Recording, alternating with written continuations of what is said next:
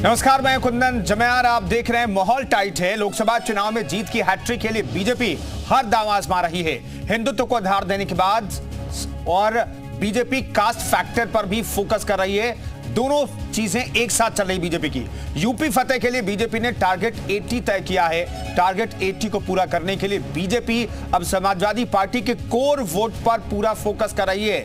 Deputy CM Brajesh Pathak ने UP की आबादी के करीब 10% यादव वोट बैंक को साधने के लिए न सिर्फ यादव समाज के गौरवशाली इतिहास की तारीफ की है, बल्कि राजनीतिक दलों पर यादव समाज के सियासी इस्तेमाल के आरोप भी लगाए हैं। ब्रजेश पाठक का कहना है कि यादवों को सिर्फ वोट के रूप में यूज किया गया। डिप्टी सीएम ने सपा मुखिया के प्राण प्रतिष्ठा में न जाने के फैसले पर भी टिप्पणी करते हुए कहा कि जो राम का नहीं हुआ वो भगवान कृष्ण का नहीं हो सकता, और जो कृष्ण का नहीं हुआ वो यदुवंशी का भी नहीं हो सकता है।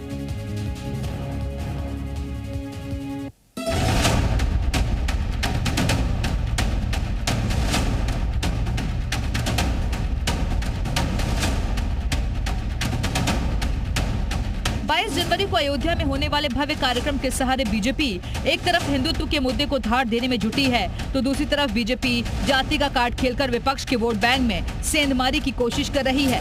डिप्टी सीएम ब्रजेश पाठक ने समाजवादी पार्टी के core vote bank Yadav voters पर दांव चला है।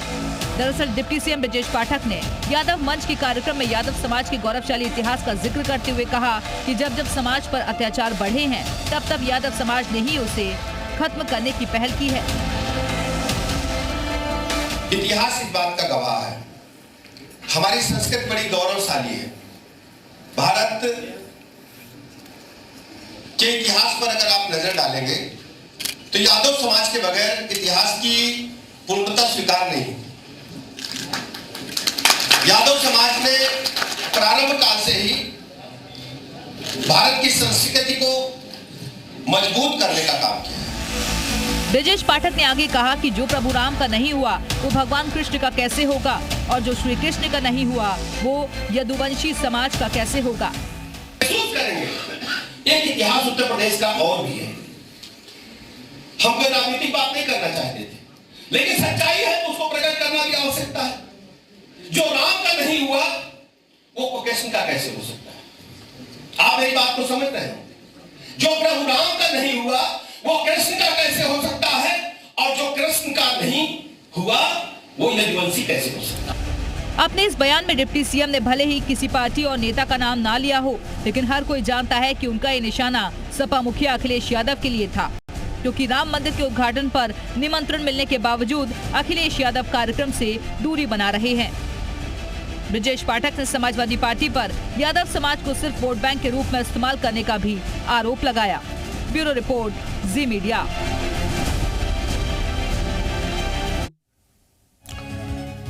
तो यादवों को अपने पाले में लाने की कोशिश है। दरअसल 10% के आसपास जो वोट बैंक है यादवों का, उसमें सेंध लगाने की कोशिश है। तो बीजेपी हर वो कोशिश कर रही है जिसके जरिए 80 सीटों के लक्ष्य तक पहुंचा जा सके। तमाम सहयोगी हमारे साथ जुड़ रहे हैं। अनु चौरसिया हमारे साथ इटावा से मौजूद हैं। अनु, बड़ा सवाल यह है कि अब कोशिश तो की जा रही है बीजेपी की तरफ से कि यादव वोट बैंक, जो कोर वोट बैंक है समाजवादी पार्टी का, उसे छिटक लिया जाए, उसमें कुछ सेंधमारी की जाए। इसमें कितनी कामयाबी मिल सकती है बीजेपी को, जरा लोगों से पूछिए।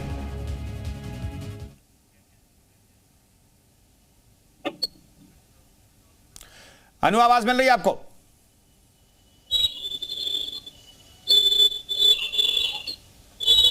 चलिए, अनु चौरसिया तक भी आवाज फिलहाल नहीं पहुंच पा रहे, उनसे हम बातचीत करने की कोशिश करेंगे।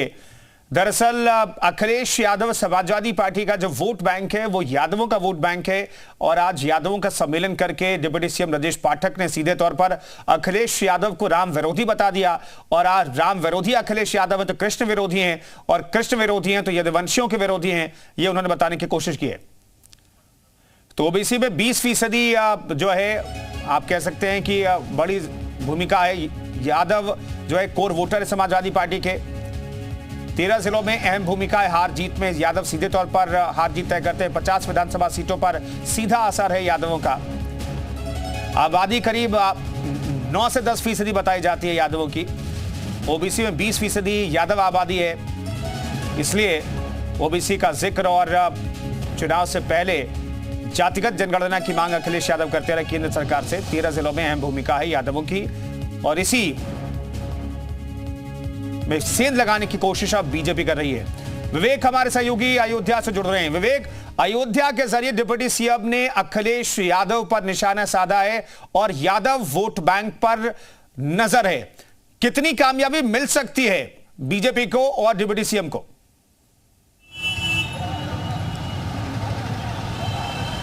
देखिए, डिप्टी सीएम ब्रजेश पाठक हमेशा समाजवादी पार्टी पर हमला करते रहे और इस बार चूंकि मामला धर्म का था, सनातन धर्म से जुड़ा हुआ है, इसलिए उन्होंने तीखा हमला किया है, तीखे शब्द बाढ़ छोड़े हैं। अयोध्या के लोग हमारे साथ हैं, उनसे बात करते हैं। सर, ब्रजेश पाठक जी ने कहा है कि जो राम का नहीं वो किसी काम का नहीं, और जो यदुवंशी नहीं, जो कृष्ण भक्त नहीं वो यदुवंशी नहीं। तो क्या आपको लगता है कि उनका ये हमला किस तरह से देखते हैं? जी, माननीय ब्रजेश पाठक जी ने जो कहा है बहुत अच्छा कहा है उन्होंने। जो राम का नहीं, जो कृष्ण का नहीं, वो यदुवंशी नहीं, तो ये उन्होंने जो कहा है कि जो राम का नहीं, कृष्ण का नहीं, वो किसी का नहीं।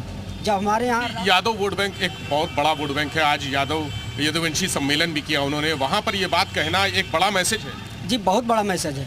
ये होता है ऐसा कि जैसे मुस्लिम जो हैं वो ये दबदबा बनाते हैं कि हम जो हैं जैसे यादव को अपने तरफ की झुकाएंगे तो हमारा वोट जो है बढ़ जाएगा, इसलिए यादव जो है वो मुस्लिम की तरफ हो जाते हैं। इसलिए मुलायम सिंह यादव के जो बेटे हैं अखिलेश यादव जी, वो सोचते हैं कि हमारा मुस्लिम वोट मिलेगा, हमें यादव के नाम पे हमें यादव का वोट मिलेगा। यादव और मुस्लिम समीकरण आपको क्या लगता है कि समाजवादी पार्टी से मुस्लिम थोड़ा सा छिटका है, अब यादव भी छीनने की कोशिश कर रही है भाजपा? मुस्लिम और यादव जो दोनों जो हैं वो समाजवादी पार्टी पे ही ज़्यादा विश्वास रखते हैं और किसी पे नहीं रखते हैं। उनको कुछ भी कर दीजिए, कहेंगे आपको वोट देंगे, लेकिन वो समाजवादी के अलावा किसी को नहीं दे सकते। आपको क्या लगता है ब्रजेश पाठक जी का बयान जो उन्होंने कहा कि जो कृष्ण का नहीं वो यादव यदुवंशी नहीं? ठीक कहा है, ठीक कहा है। राम भजो रे भाई, काम अपने आप सब हो जाई। राम राम भजेगा नहीं, आराम मिलेगा नहीं। राम राम जो भजेगा उसे आराम मिलेगा, खाने को पुआ पकवान मिलेगा, रहने को आलीशान मकान मिलेगा, मरेगा तो पुष्पक विमान मिलेगा। ये राम जी की कृपा है। और गई ये बहोरी गरीब नवाजू, सरल सबल साहिब रघुराजू। जब राम जी की कृपा बरसती है तो गई हुई संपदा सारी लौट के आती है। ठीक है, मैं लौटता हूँ। अनु चौरसिया पे हमारे साथ टावर जुड़ गए। मैं लौटता हूँ आपके पास। विवेक, अनु लोगों से बात कीजिए और पूछिए कि एमवाई समीकरण में मुस्लिम और यादव दोनों समीकरण में सेंधमारी की कोशिश बीजेपी कर रही है। कितनी कामयाबी लोगों के नजरिए से बीजेपी को मिल सकती है?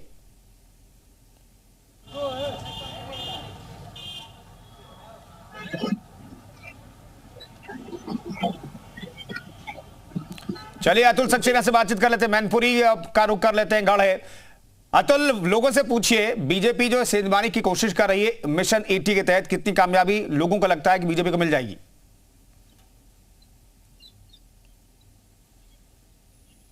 वो श्री कृष्ण का नहीं, जो श्री कृष्ण का नहीं वो यदुवंश की नहीं। राजनीतिक बयान है और यादव वोट पर नजर है। आपको क्या लगता है कैसा बयान है ये यदुवंशी का? ये बिल्कुल बहुत ही उचित बयान उनका रहा है, क्योंकि जो राम का नहीं है वो श्याम का कैसे हो सकता है? राम त्रेता में आए थे, उसके बाद द्वापर में श्याम आए थे, और राम और श्याम है क्या? ये अवतारी तो है। तो जो श्याम का नहीं वो हमारे किसी काम का नहीं, जो राम का नहीं वो हमारे किसी काम का नहीं। और इसका जवाब में जो भी हमारे विपक्षी नेता हैं, जो भी सामंतों को ठुकरा रहे हैं, 500 वर्षों के बाद रामलला अपने महल में विराजमान होने जा रहे हैं, उसका जो भी विरोध कर रहा है या उसके आमंत्रण को जो भी ठुकरा रहा है भगवान परशुराम, उसको दृष्टि दें। और इस पर जो भी राजनीति हो रही है उस राजनीति तत्काल प्रभाव से बंद होनी चाहिए। धर्म कभी भी राजनीति का वैसा नहीं होना चाहिए। यादव गढ़ के रूप में यहाँ देखा जाता है, यादव वोट पर अब भाजपा की नजर है। कितना खट सकता है, क्या लग रहा है आपको? देखिए, जो भी श्याम जो भगवान कृष्ण का नहीं है वो यदुवंशी हो ही नहीं सकता। तो आप ये मान के चलिए कि मध्य प्रदेश में जो भी वहां पर मोहन यादव जी को जो मुख्यमंत्री बनाया गया, उससे जो विपक्षी दल है उनके अंदर खलबली मच गई है। और आप ये मान के चलिए यादव जो भी है वो समझ चुका है कि अब आने वाले समय में उनको कहाँ चलना है, उनको विकास के साथ चलना है, उनको धर्म के साथ चलना है, उनको राम राज्य की तरफ चलना है। और ये बारी जो अभी तक भाजपा की अपनी बारी जो है मथुरा की होने वाली है, मथुरा। देखिए, वो मुख्यमंत्री का जो बयान है ये बता रहे हैं कि अच्छा बयान है, राजनीति तो नहीं हो रही। क्या लग रहा है आपको? मेरा मानना है जो राम का है वही श्याम का है। सिर्फ अंतर इतना है, उन्होंने त्रेता युग में अवतार किया था, इन्होंने द्वापर युग में अवतार लिया। जो राम का भी है वो श्याम का भी है। मैं खुद एक यदुवंशी हूँ और मैं राम जी को भी मानता हूँ और श्याम जी को भी मानता हूँ। अयोध्या में जब मेला आया था उसके तीसरे दिन मैं अयोध्या श्री राम जी के दर्शन करने गया था और अभी कुछ प्रोटोकॉल की वजह से मैं नहीं जा पा रहा हूँ 22 तारीख को।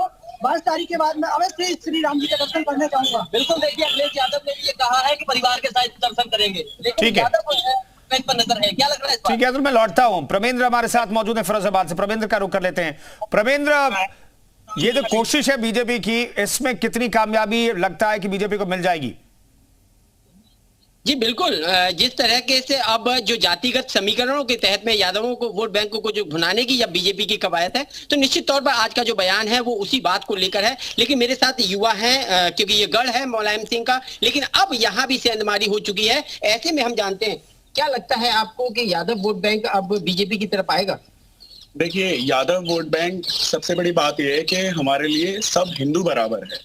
हम किसी जाति विशेष को टारगेट नहीं कर रहे हैं, हमारे लिए सब बराबर हैं।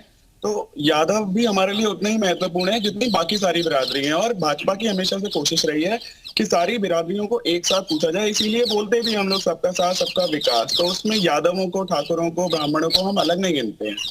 आज डिप्टी सीएम ने कहा है कि जो राम का नहीं वो कृष्ण का नहीं, वो यादवों का नहीं हो सकता। क्या मानते हैं? जी बिल्कुल, ऐसा कुछ नहीं है। जो यादव हैं वो भी, उनके भी भगवान है, श्री राम उनके भी भगवान है और श्री कृष्ण भी भगवान है। ऐसा कुछ नहीं है, सभी हिंदुओं के लिए भगवान एक समान है। और जो भी कहा उन्होंने, मतलब अपना श्रेय लेना चाह रहे हैं वो राम मंदिर के लिए, और कुछ नहीं। आप क्या कहेंगे इसमें, जिस तरीके से ये गढ़ है यादवों का, क्या यादवों में सेंध मारी बीजेपी की? जी, जैसा कि पाठक जी ने कहा है कि ये जो राम का नहीं वो श्री कृष्ण के भी नहीं और वो वेदवंशी भी नहीं, पर ऐसा नहीं है। किसी भी भगवान ने कभी ये नहीं कहा कि मैं किसी धर्म का हूँ या किसी भी मजहब का हूँ या किसी भी जाति विशेष का हूँ। इसलिए इन्हें अपने बयान को वापस लेना चाहिए, उन्हें ऐसे निंदनीय बयान नहीं देने चाहिए। क्या पाठक जी के बयान को लेकर क्या सेंध मारी अब बीजेपी की यादवों? नहीं, देखिए, मैं मिली जुली प्रतिक्रिया है वहां पर। अनु का एक बार फिर से रोक करने की कोशिश करते हैं, उम्मीद करते हैं उनकी आवाज आएगी। अब अनु, अगर आपको आवाज मिल रही है तो ये बताइए कि ये जो डेंट लगाने की कोशिश है एमवाय समीकरण में, जो कोर वोटर है समाजवादी पार्टी के, दोनों में डेंट लगाने की कोशिश बीजेपी कर रही है, कितनी कामयाबी बीजेपी को मिल सकती है? जी बिल्कुल, इस समय हम इटावा के लोगों का आखिर क्या इस पूरे बयान को लेकर प्रतिक्रिया है, क्या कुछ सोचना है, क्या कुछ असर पड़ने वाला है 2024 के चुनाव को लेकर हम बात करते हैं। सबसे पहले जानना चाहेंगे कि जिस तरह से ब्रजेश पाठक का बयान है, किस तरह से देखते हैं आप इसको? उन्होंने अच्छा किया है, सही तरह कर दिया है। और हम तो सीबाजी कहते हैं कि राम को लाए हैं, हम चलाएंगे और 24 को चलाओ। मोदी जी के नेतृत्व में, नेतृत्व में आ जाएगा और हम लोग प्रचंड बहुमत से जीत हासिल करेंगे। आप किस तरह से देखिए? बात यही है, क्योंकि न्याय पत्र चल रहे हैं, ये लोग यदुवंशी हैं, परिणाम पर चले और हम लोग साथ दे सकते हैं, लेकिन ये अभी तो नहीं है। इसलिए राम के नाम पर अगर आए हैं, मुझे सही काम कर रहे, राम का मंदिर बन गया। ये तो कहते हैं तारीख नहीं बताएंगे, तारीख में मंत्री बन गया, अब क्या है, इनका काम पूरा हुआ। यदुवंशियों पर कोई फर्क पड़ेगा इससे? यदुवंशी वीर कौम है, यदुवंशी जानती है, समझती है। अभी यदुवंशी साथ है, वो भी साथ छोड़ जाएंगे, पूरा हिंदू समाज इनके साथ छोड़ गया। तो 2024 के चुनाव में अंडर फोर्स है, नीचे अंडर फोर्स है, जो सीटें नहीं आएंगी। आप किस तरह से देखते हैं इस पूरे बयान को? ये भी है कि राजा मौर्य के गलत है और सही है, और जो है तो इसमें बीजेपी है। तो बिल्कुल ये इटावा के लोग हैं जिनके अलग अलग राय है। इनका कहना है कि जो बयान है वो उस तरह से सही देखा जा रहा है, क्योंकि यदुवंशी के अखिलेश यादव कहते हैं लेकिन होते नहीं, उसको लेकर कई प्रतिक्रियाएं सामने आई हैं। विवेक, बीजेपी की स्ट्रैटेजी क्या दिखाई दे रही है? क्या बदलती हुई स्ट्रैटेजी दिखाई दे रही है? सीधे यादवों के लिए सम्मेलन आयोजित करके यादवों का राजनीतिक इस्तेमाल हुआ और राम भक्ति से जोड़ दिया पूरा यदुवंशी समाज को। किस तरीके की स्ट्रैटेजी दिखाई दे रही है बीजेपी की अब?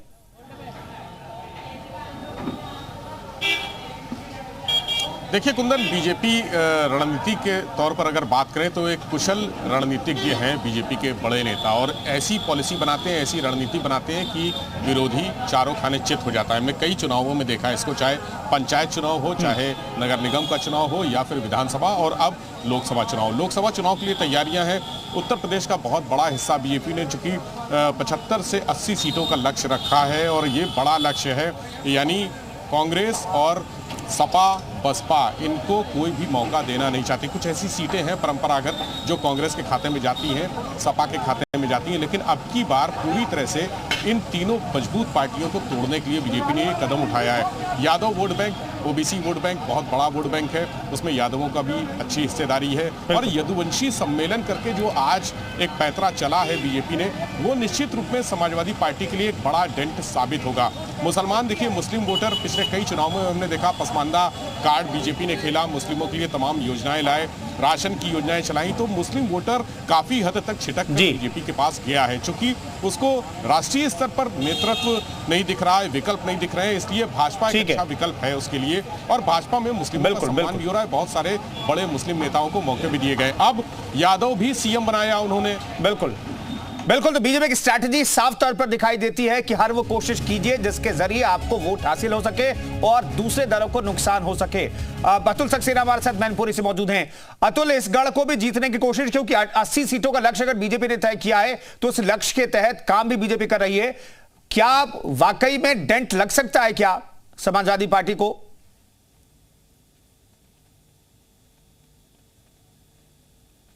मुलायम सिंह यादव के ध्यान के बाद उसके बाद डिम्पल यादव उनकी पुत्रवधू मैदान में आई, 2,80,000 वोटों से जीती। बड़ा यादव बाहुल्य सीटें हैं ये, आसपास के जिलों में भी इसका असर देखने को मिलता है। तो क्या यादव वोट पर अब असर डाल पाएगी क्योंकि भारतीय जनता पार्टी के साथ कितने % यादव जा सकता है, क्या लग रहा है? बस देखिए, जितने भी चुनाव हो रहे हैं उसमें भाजपा का वोट सबसे बढ़ता ही जा रहा है। और जो पिछला चुनाव हुआ था जब नेताजी यहाँ से रहे थे तो मात्र 92,000 वोटों से जीते थे, जबकि यहाँ पे सपा और बसपा का गठबंधन था। आप भी बस मान के चलिए कि चाहे वो यादव लोग हैं, चाहे वो अन्य जातियों के लोग हैं, वो अब विकास की तरफ देख रहे हैं। और अयोध्या में राम मंदिर बनने के बाद जो हम लोगों की आशा थी, तो रामलला के प्रति बड़ा संघर्ष था, जिस संघर्ष में हमारे लोग शहीद हुए थे, उस संघर्ष को देखने के बाद यदुवंश के जो लोग हैं वो बिल्कुल भाजपा की तरफ आ रहे हैं। और भाजपा ने यादव लोगों को बिल्कुल ही सही जगह पे सही स्थान दिया हुआ है, चाहे वो मुख्यमंत्री पद देना हो। ठीक है, प्रमेंद्र हमारे साथ मौजूद। प्रमेंद्र, डिप्टी सीएम ब्रजेश पाठक ने कहा कि भाई यादवों का सिर्फ राजनीतिक इस्तेमाल किया गया, क्या इस कथन से आपके साथ जो लोग मौजूद हैं वो सही है, सहमत हैं? जी बिल्कुल। अब मैं इनसे जानना चाहूंगा कि जिस तरह से डिप्टी सीएम ने कहा है कि यादवों का यूज जो है वो समाजवादी पार्टी करती रही, कितने सहमत हैं आप? देखिए, मैं पूर्ण रूप से सहमत हूँ। कहीं ना कहीं इलेक्शन के टाइम पे हम देखते हैं कि यादवों को जो है भ्रमित करने के लिए इस तरीके की बातें की जाती हैं, और कहीं ना कहीं राजनीतिक तुष्टीकरण के लिए भगवान जो है उनको आपस में हम लोग बांट रहे हैं। और ये अगर मैं राम जी की बात करूँ या कृष्ण जी की बात करूँ, दोनों ही जो है विष्णु भगवान के अवतार हैं और दोनों एक ही हैं, दोनों में कोई अंतर नहीं है। और हम मंदिरों में भी जाते हैं तो वहाँ राम जी की तस्वीर भी देखने को मिलती है। तो क्या मान लिया जाए कि अब बीजेपी इसमें सेंधमारी में कामयाब हो जाएगी? नहीं, मैं इसको सेंधमारी नहीं मानता हूँ। नहीं तो क्या, जैसे ये यादवों का गढ़ है, अब बीजेपी की कोशिश है कि यादवों को बीजेपी से जोड़ा जाए? देखिए, भारतीय जनता पार्टी ने हमेशा से सभी धर्म जातियों के लिए कार्य करा है। हमने कभी भी किसी जाति को अलग नहीं देखा, और यादवों की जब हम बात करते हैं वो हमेशा से हमारे साथ थे। अगर ऐसा नहीं था तो मध्य प्रदेश के अंदर आप देखते हैं हमने एक यादव मुख्यमंत्री को प्रेजेंट किया, तो वो तो हमेशा से हमारे साथ रहे। और 500 वर्षों के बाद जब प्रभु श्री राम का मंदिर बनने जा रहा है तो पूरे हिंदू समाज को, मैं तो कई बार देखता हूँ, आपके टीवी डिबेट में भी देखता हूँ कि मुस्लिम समाज के लोग भी उत्साहित हैं उस मंदिर के लिए, जा रहे हैं, प्रारंभ कर रहे हैं। आप क्या कहेंगे, ये क्षेत्र जैसे जिस तरह से यादवों का है, तो क्या सेंधमारी इसमें है? देखिए, धर्म और धर्म को यहाँ नहीं मिलाना चाहिए पॉलिटिक्स के साथ। पॉलिटिक्स एक अलग मुद्दा है और धर्म एक अलग मुद्दा है। यहाँ हमारे प्रभु राम श्री आराध्य हैं और ऐसे ही हमारे आराध्य कृष्ण जी भी हैं। तो धर्म और पॉलिटिक्स को एक साथ नहीं आना चाहिए, मेरा ये मानना है। नहीं तो पाठक जी तो कह रहे हैं ना, यादवों को अब हमें तो बीजेपी को की तरफ मोड़ना है, तो कितने मूव होगा ये वोटर तो निश्चित रूप से अब जिस तरीके का माहौल बन रहा है उस हिसाब से बीजेपी की तरफ ही अब मोल्ड होने की पूरी संभावना। तो जैसे देखते हैं कि सभी का मानना है कि अब कहीं ना कहीं जो गढ़ यादवों का रहा है, चाहे वो फिरोजाबाद हो, चाहे मैनपुरी हो, चाहे इटावा हो, वो अब कहीं ना कहीं ये गढ़ अब खिसकता हुआ है समाजवादी पार्टी का। तो निश्चित तौर पर ब्रजेश पाठक जो जिस तरह का बयान दे रहे हैं वो कहीं ना कहीं उसके मायने निकलेंगे और कहीं ना कहीं बदलाव भी इस क्षेत्र को। ठीक है प्रवीण, बहुत बहुत शुक्रिया तमाम सहयोगियों का। तो बीजेपी ने मध्य प्रदेश में एक यादव को मुख्यमंत्री बना करके मास्टर स्ट्रोक खेला था और अब उसी रणनीति को आगे बढ़ा करके यदुवंशी सम्मेलन करके बड़ा मैसेज देने की कोशिश की है डिप्टी सीएम ब्रजेश पाठक ने और डेंट लगाने की कोशिश की है समाजवादी पार्टी को। फिलहाल इस खास पेशकश में इतना ही, रुकेंगे एक छोटे से ब्रेक के लिए।